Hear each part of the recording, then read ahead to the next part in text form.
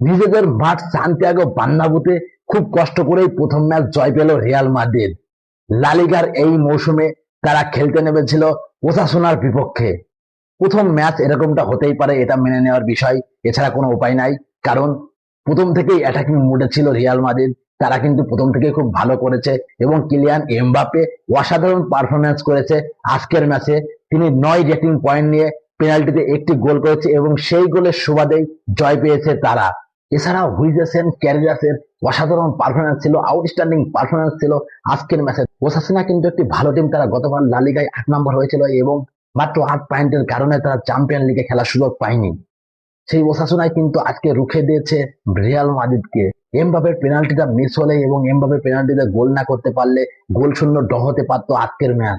যাই হোক, কিলিয়ান এমবাপের এই ম্যাচে যে খেলার ধরন দেখলাম, তার সতীর্থরা যদি তাকে সঙ্গ দিতে পারে তাহলে এই মৌসুমের ওয়ার্স হয়ে উঠবেন কিলিয়ান এমবাপ্পে।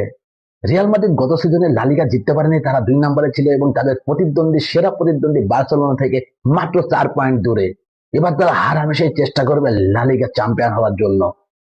এছাড়াও কিন্তু ওইদিকে বার্সেলোনা মালোকার বিপক্ষে 3-0 গোলে জয় পায়, তাদের লা লিগার প্রথম ম্যাচ শুভ সূচনা করেন।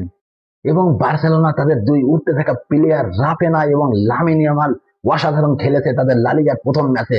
লামিন ইয়ামালের পাস থেকে রাফিনা 7 মিনিটে গোল করে বসেন এবং লামিন ইয়ামাল এক্সট্রা টাইমে বিধ্বংসী একটি গোল করে 3-0 গোলে জয় এনে দেন বার্সেলোনাকে।